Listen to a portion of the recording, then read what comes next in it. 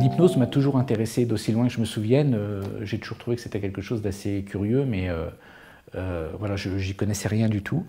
J'ai fait mes études de psycho à Paris 8, où on a eu des profs d'excellente qualité. Et en sortant de mon diplôme, comme tout étudiant, j'ai eu cette espèce de crise de légitimité où je me suis dit, mais je ne sais rien faire avec mes patients. J'ai appris des choses, certes, utiles, intéressantes, mais je ne sais rien faire. Et je me suis formé, j'ai rencontré Nicole Prieur, qui est une hypnothérapeute très très connue, une élève de Roustan, une philosophe également, et c'est vraiment elle qui m'a enseigné le métier de thérapeute. L'hypnose a été interdite pendant plus de 100 ans dans les cénacles scientifiques, c'est qu'elle nous obligeait à voir un truc qu'on ne voulait pas voir.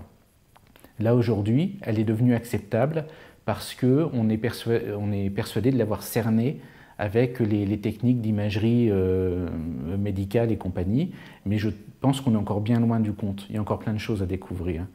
Dans la première partie, j'ai voulu faire un petit peu le tour de la question sur l'évaluation des psychothérapies.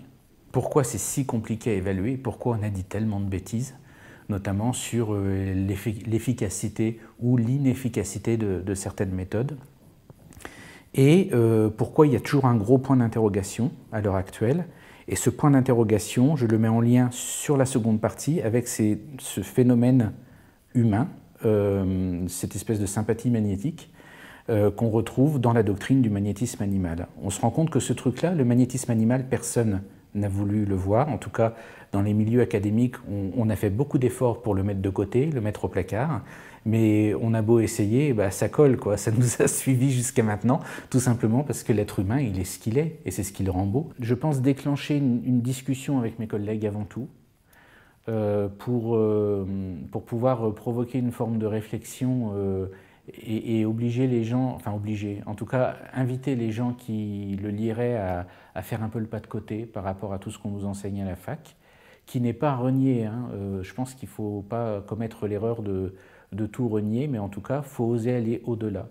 C'est ça la transgression dans le sens noble du terme. Trop souvent encore, je trouve que nos patients sont diagnostiqués avec des soi-disant pensées délirantes ou autres, et je ne suis pas certain que ce soit toujours le cas.